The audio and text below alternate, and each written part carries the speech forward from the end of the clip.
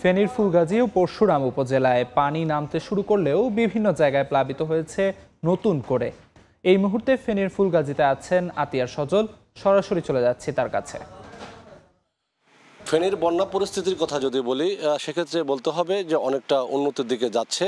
এর কারণ হচ্ছে ফেনীর যে মুহুরী এবং কহুয়া সিলুনিয়া নদীর যে পানি, সেই পানি বিপদসীমার অনেক নিচ দিয়ে প্রবাহিত হচ্ছে এবং যদিও যে 20টি বা 21টি জায়গায় ভেঙেছে, সেই ভাঙা অংশ দিয়ে কিন্তু লোকালয়ে কিছু কিছু ভাঙা অংশ দিয়ে এখনও লোকালয়ে পানি ঢুকছে।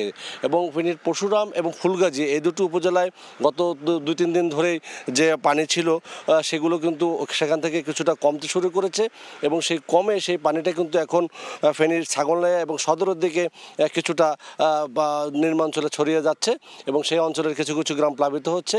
যদিও এসব অঞ্চল বা ফুলগাজী পরশুরামের পানি যে আগে যেখানে মানুষের ঘরে বাড়িতে ছিল, অনেকের ঘরে থেকে নেমে সেগুলো উঠানে নেমেছে, আবার যাদের উঠানে ছিল তাদেরটা রাস্তায় এসছে, আবার রাস্তার কিছু কিছু জায়গার পানি এখন মাঠে সয়লাভ হয়ে আছে এবং পরশুরাম ফুলগাজী সাথে যে যোগাযোগ ব্যবস্থা সেটি কিছুটা স্বাভাবিক হয়েছে, যদিও জায়গায় জায়গায় এখনও পানি রয়েছে। সব ধরনের পরিবহন পুরোপুরিভাবে চলার উপযোগী সেখানে এখনও হয়নি। এবং আপনাকে যদি বলি, আজ সকালে বাংলাদেশ সরকারের যে দুর্যোগ ব্যবস্থাপনা ও ত্রাণ উপদেষ্টা রয়েছেন ফারুকি আজম, তিনি এই বন্যা দুর্গত এলাকা পরিদর্শনে এসেছেন এবং সাংবাদিকদের সাথে কথাও বলেছেন। তিনি যেটা বলছেন, স্থানীয়রা যে দাবিটি তার কাছে করছেন যে প্রতি বছর একাধিকবার ফেনীর যে মুহুরী নদীর বাঁধ ভেঙে বারবার তাদের ক্ষতির মুখে পড়তে হয়, বন্যার কবলে পড়তে হয়।